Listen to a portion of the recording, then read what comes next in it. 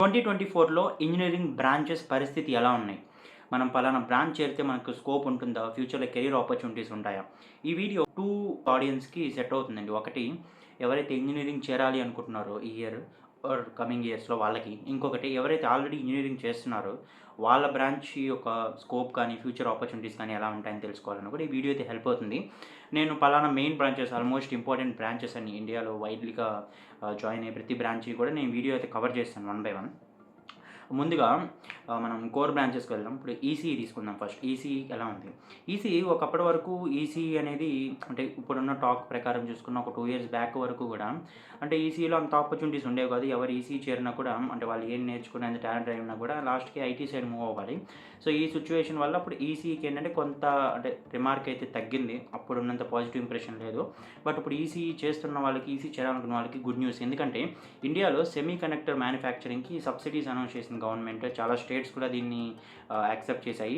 అలానే చాలా manufacturing units కూడా ఇండియాలో ఎస్టాబ్లిష్ అవ్వబోతున్నాయి.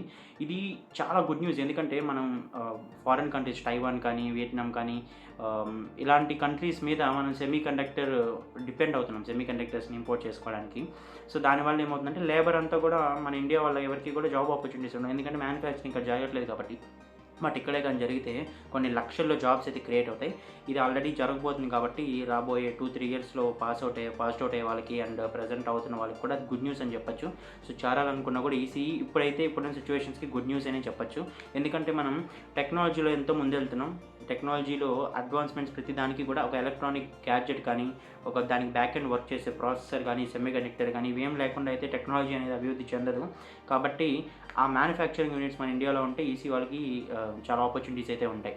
నెక్స్ట్ బ్రాంచ్ తీసుకుంటే త్రిబుల్ ఈ యాజ్ యూజువల్. ఎందుకంటే పవర్ అనేది ప్రపంచాన్ని నడిపిస్తుంది. కాబట్టి త్రిబుల్ వాళ్ళకి అప్పుడైనా, ఇప్పుడైనా కూడా అంటే ఎప్పుడు కూడా వాళ్ళకి డిమాండ్ ఉంటుంది. బట్ ఏంటంటే ఆపర్చునిటీస్ కొన్నే ఉంటాయి. కొంతమందికే ఉంటాయి. ఇది ఒక రిమార్క్ ఉంది. సో ప్రెజెంట్ చూసుకున్నా కూడా నేనైతే లాస్ట్ 2 ఇయర్స్‌లో అంత ఇంప్రూవ్‌మెంట్ ఏం చూడలేదు త్రిబుల్ ఈ వాళ్ళకి. బట్ స్టిల్ ఫ్యూచర్ అయితే బ్రైట్‌గానే ఉంది. ఎందుకంటే చాలా వరకు ప్లాన్స్ అనేవి కొత్తవి వస్తున్నాయి. న్యూ అనౌన్స్‌మెంట్స్ కూడా మనం చూసే అవకాశం ఉంది. బట్ గవర్నమెంట్ సెక్టార్ సైడ్ అయితే త్రిబుల్ ఈ వాళ్ళకి బాగున్నాయి. ఇంకా మనం ప్రైవేట్ సెక్టార్ సైడ్ చెప్పాలంటే అంత లేవని చెప్పొచ్చు. సో 2 ఇయర్స్ ముందు ఎలా ఉందో 2-3 ఇయర్స్ ముందు అలానే ఉంది త్రిబుల్ ఈ అయితే. నెక్స్ట్ బ్రాంచ్ తీసుకుంటే కెమికల్ ఇంజినీరింగ్. ఎవరైతే కెమిస్ట్రీ బాగా ఇంట్రెస్ట్ ఉంటుందో సో వాళ్ళకి కెమికల్ ఇంజినీరింగ్ చేయడానికి మామూలుగా ఇంట్రెస్ట్ చూపిస్తారు. మీరు ఆల్రెడీ కెమికల్ ఇంజినీరింగ్ చేస్తున్నా కూడా ఇది కెమికల్ ఇంజినీరింగ్ చేస్తే ఇప్పుడున్న సిట్యుయేషన్‌లో చాలా ఆపర్చునిటీస్ ఉన్నాయి. అది ఫార్మా సైడ్ వెళ్ళొచ్చు ఆర్ ఫుడ్ ప్రాసెసింగ్ సైడ్ వెళ్ళొచ్చు. ఇలా కెమిస్ట్రీకి లింక్ అయి ఉన్న ప్రతి దాంట్లోనూ మనం వెళ్ళొచ్చు. ఈవెన్ చాలా వరకు అంటే ఓఈఎమ్స్ అంటారు. అంటే మ్యానుఫ్యాక్చరింగ్ వాళ్ళకి కూడా కెమికల్‌కి సంబంధించిన వాళ్ళు కావాలి. ఈవెన్ హైడ్రోజన్ ప్లాంట్స్ తీసుకున్న వాళ్ళకి రీసెర్చ్‌కి చాలా వరకు కెమిస్ట్రీ నాలెడ్జ్ ఉన్నోళ్ళు కావాలి. ఈ గ్రీన్ హైడ్రోజన్ ప్రొడక్షన్ తీసుకున్నా కూడా వాళ్ళకు కూడా కెమిస్ట్రీ బ్యాక్‌గ్రౌండ్ ఉన్న వాళ్ళు కావాలి. కాబట్టి కెమికల్ ఇంజినీర్స్‌కి ఇప్పుడైతే డిమాండ్ బాగానే ఉంది. అండ్ వెళ్ళే కొద్దీ కూడా అంటే ఫ్యూచరిస్టిక్ మనం ఆలోచిస్తే కెమికల్ ఇంజినీరింగ్ బాగానే ఉంది. అంటే job opportunities wise. So present ఏంటంటే ఇది డెవలప్ అవుతూ ఉంది. కొంచెం కొంచెం బిల్డప్ అయితే వస్తూ ఉంది. కాబట్టి ఫ్యూచర్ అయితే కెమికల్ ఇంజినీర్స్‌కి బాగుంది. నెక్స్ట్ బ్రాంచ్ తీసుకుంటే సివిల్ ఇంజినీరింగ్. సివిల్ ఇంజినీరింగ్ అంటే మనం ఇప్పుడు దాని గురించి స్పెసిఫిక్‌గా చెప్పాల్సిన అవసరం లేదు. సివిల్ ఇంజినీరింగ్ ఏం చేస్తారు అని చెప్పి. సో అదొక ఆర్కిటెక్ట్ లెవెల్ అయ్యొచ్చు, ఒక ఇంజినీరింగ్ లెవెల్ అవ్వచ్చు. ఎక్కడైనా కూడా అంటే ఇప్పుడు రియల్ ఎస్టేట్ సెక్టార్ ఎలా ఉంటుందో మన ఇండియాలో అందరికీ తెలుసు. ఎక్కడ చూసినా కూడా రియల్ ఎస్టేట్. ప్రతి దానికి ఇంజినీర్స్ కావాలి. ప్రతి దానికి ఆర్కిటెక్ట్స్ కావాలి. కాబట్టి రియల్ ఎస్టేట్ అనేది ఎప్పుడు కూడా ఎవర్ గ్రోయింగ్ సెక్టారే. అంటే మీరు గాని కరెక్ట్‌గా యుటిలైజ్ చేసుకొని నాలెడ్జబుల్ అయితే అంటే స్కై ఈజ్ ద లిమిట్ అనొచ్చు మనకు. బట్ ఏంటంటే చాలా వరకు కంప్లెయింట్ చేస్తారు. బట్ నాలెడ్జబుల్ పీపుల్‌కి ఎక్కడైనా కూడా అంటే సర్వైవ్ అయ్యే ఛాన్సెస్ అయితే ఎప్పుడూ ఉంటాయి. సో సివిల్ ఇంజినీరింగ్ ఎప్పుడు ఎవర్ గ్రీనే. ఇప్పుడే మీరు తీసుకోవాలనుకున్నా కూడా అది మంచి స్కోప్‌లోనే ఉంది. ఎందుకంటే రియల్ ఎస్టేట్ సెక్టార్ ప్రొజెక్షన్ అయితే ఎప్పుడు పైకే ఉంది. సో ఈ కన్‌స్ట్రక్షన్స్ కానివ్వచ్చు, పెద్ద పెద్ద కన్‌స్ట్రక్షన్స్ కానివ్వచ్చు, పెద్ద ప్రాజెక్ట్స్ కానివ్వచ్చు వస్తూనే ఉంటాయి. కాబట్టి ఎప్పుడైతే డిమాండ్ పోని స్కిల్ ఇది. నెక్స్ట్ తీసుకుంటే పెట్రోలియం ఇంజినీరింగ్. సో ఈ పెట్రోలియం ఇంజినీరింగ్ కూడా ఈ మధ్య బాగా డిమాండ్ పెరుగుతుంది. ఎందుకంటే ఇండియా అనేది అంటే మనం ఎంత ఆయిల్ అండ్ గ్యాస్ మీద ఎంత డిపెండ్ అవుతామో మనకు తెలుసు. కాబట్టి పెట్రోలియం సైడ్ వెళ్ళాలనుకున్న వాళ్ళకి పెట్రోలియం ఇంజినీరింగ్ అనేది ఒక బెస్ట్ ఆప్షన్. సో వీటిలో కూడా చాలా వరకు అంటే జాబ్స్ అనేవి ఎలా ఉంటుందంటే ఒక ఏమంటారు ప్రొడక్ట్‌కి సంబంధించి వర్క్ చేయొచ్చు. సప్లై చైన్‌లో వర్క్ చేయొచ్చు. ఇలా మల్టిపుల్ వేస్‌లో వర్క్ చేయొచ్చు. ఇంకా కావాలంటే సప్లై చైన్‌లో కాకుండా సేల్స్ సైడ్ కూడా, పెట్రోలియం సేల్స్ సైడ్ కూడా వర్క్ చేయొచ్చు. అంటే ఆ నాలెడ్జ్ ఉన్న వాళ్ళకి. ఇంకా చాలా వరకు బిజినెస్ అడ్వైజరీగా వర్క్ చేస్తారు, కన్సల్టెంట్స్‌గా వర్క్ చేస్తారు. సో, ఈ పెట్రోలియం ఇంజినీరింగ్ చేసిన వాళ్ళకి ఆపర్చునిటీస్ అయితే బాగున్నాయి. బట్ ఏంటంటే ఇప్పుడిప్పుడే గ్రో అవుతుంది మన ఇండియాలో ఈ ఈ ఏమంటారు, ఈ పెట్రోలియం ఇంజినీరింగ్ అనేది, దీనికి సంబంధించిన వచ్చే కెరీర్ ఆపర్చునిటీస్ అనేది. బట్ ఇప్పటికీ కూడా ఇదొక గుడ్ ఆప్షన్ అనే, వైబుల్ ఆప్షన్ అనే చెప్పొచ్చు. నెక్స్ట్ బ్రాంచ్ తీసుకుంటే మెకానికల్ అండ్ ఆటోమొబైల్. నేను 2 కలిపి మీతో షేర్ చేసుకుంటే ఎలా ఉందని. సో, మెకానికల్ అంటే ఇన్ జనరల్‌గా మనకు తెలుసు. అంటే ఒక back end mechanical part of everything. But automobile engineering అంటే ఓన్లీ ఆటోమొబైల్‌కి సంబంధించి.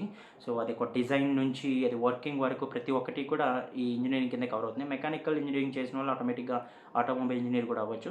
ఆటోమొబైల్ అంటే స్పెసిఫిక్ టు ఆటోమొబైల్స్. సో, అది కూడా ఇప్పుడు చాలా బాగుంది. బట్ ఏంటంటే మన ఇండియాలో అన్ని జాబ్స్ లేకపోయినా కూడా మీరు ఇంజినీరింగ్ చేశాక మాస్టర్స్ కానీ ఇలా చేస్తే యూరోప్‌కెళ్ళి, ఎందుకంటే యూరోప్ అంటున్నా అంటే జర్మనీ ఇలాంటి కంట్రీస్‌లో ఏందంటే ఓఈఎమ్స్ ఎక్కువ ఉంటాయి. ఒరిజినల్ ఎక్విప్‌మెంట్ మ్యానుఫ్యాక్చరర్స్ కానీ, మీరు బెంజ్ తీసుకున్నా, ఫోర్డ్ తీసుకున్నా, వోక్స్‌వ్యాగన్ తీసుకున్నా, ఎలాంటివి తీసుకున్నా కూడా అంటే యూరోపియన్ కంట్రీస్‌లో వాళ్ళ యూనిట్స్ అనేవి ఎక్కువ ఉంటాయి. సో, వాళ్ళకి ఎక్కువ మెకానికల్ ఇంజినీర్స్, ఎక్కువ ఆటోమొబైల్ ఇంజినీర్స్ అవసరం. కాబట్టి మీరు ఎక్కడ గాని మాస్టర్స్ గాని చేయగలిగితే ఇంజినీరింగ్ చేశాక మీకైతే ఎర్నింగ్ పొటెన్షియల్ బాగుంటుంది. ఫ్యూచర్ కూడా చాలా బాగుంటుంది. ముందు చెప్పిన బ్రాంచెస్‌కి ఇండియాలో అయినా పర్లేదు కానీ, బట్ మెకానికల్‌కి నా పర్సనల్ ఒపీనియన్ ఏంటంటే యూరోపియన్ కంట్రీస్ సైడ్ వెళ్ళొచ్చు బెటర్. ఇప్పుడైతే నార్త్ అమెరికాలో కూడా అంటే చాలా వరకు ఆపర్చునిటీస్ ఉన్నాయి. బట్ ఇండియాలో నేను లేవని చెప్పట్లేదు. But when compared to Europe and North America, ఇండియాలో చాలా తక్కువ ఉన్నాయని చెప్పొచ్చు. Same for automobile engineering. So, ఇప్పుడు ఆల్మోస్ట్ మనం మేజర్ బ్రాంచెస్ అన్నీ కవర్ చేసాం. బట్ ఇంకొక మెయిన్ బ్రాంచ్, ప్రైమరీ బ్రాంచ్ ఎక్కువ మంది అంటే ఇంట్రెస్ట్ చూపిస్తున్న బ్రాంచెస్ తీసుకుంటే computer science or IT or AML or data science. ఇవన్నీ కలిపి నేను ఒకే దగ్గర ఎందుకు చెప్తున్నానంటే, బేసిక్‌గా మీరు వీటిలో ఏ బ్రాంచ్ చేరినా కూడా సేమే. ఇప్పుడు మీరు ఏఐ చేరినా, ఎంఎల్ చేరినా, ఎక్కడ చేరినా మీకు కంప్యూటర్ సైన్స్ ఫండమెంటల్సే నేర్పిస్తారు ఇంజినీరింగ్‌లో. ఎందుకంటే ఏఐ ఆర్ డేటా సైన్స్ అది ఏదైనా కూడా వితౌట్ కంప్యూటర్ సైన్స్ అంటే ఏమీ ఉండవవి. సో, కంప్యూటర్ సైన్స్ నుంచి అవి వచ్చినవి. నా దృష్టిలో ఈ 5 నేను చెప్పిన వాటిల్లో మీరు ఏ బ్రాంచ్ చేరినా కూడా ఒకటే. ఏ బ్రాంచ్ అయినా మీరు నేర్చుకునేది ఒకటే. ఆ ఎక్స్‌ట్రా 1%, 2% అనేది అసలు మ్యాటరే కాదు ఈ రోజుల్లో. బట్ మీరు అది ఏ బ్రాంచ్ చేరినా కూడా మీ అంతటికి మీరే ఓన్‌గా అంటే అడ్వాన్స్డ్ స్కిల్ సెట్ నేర్చుకోవాలి, అడ్వాన్స్డ్ టెక్నాలజీస్‌ని ఫాలో అప్ చేయాలి. ఇలా ఉంటే మాత్రం ఆపర్చునిటీస్ ఉన్నాయి.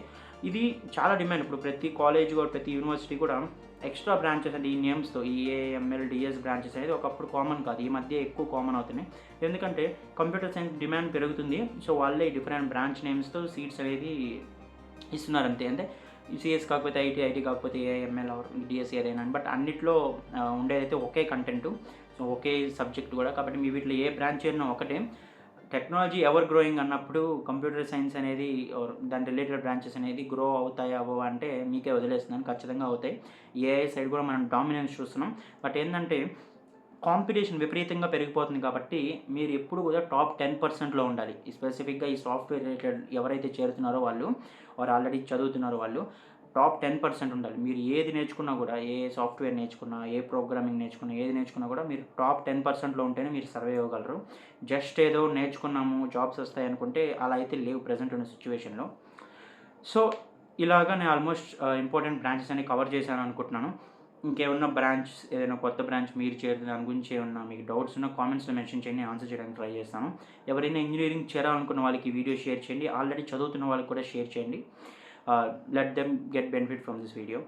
ఐ హోప్ వీడియో అందరికి హెల్ప్ అయింది అనుకుంటున్నాను. ఛానల్‌కి న్యూ విజిటర్ అయితే ఖచ్చితంగా సబ్స్క్రైబ్ చేయండి. మీకు ఇలాంటి కెరీర్ రిలేటెడ్ ఆపర్చునిటీస్ కానివ్వచ్చు, అప్డేట్స్ కానివ్వచ్చు నేను రెగ్యులర్‌గా ఇస్తూ ఉంటాను. Thank you.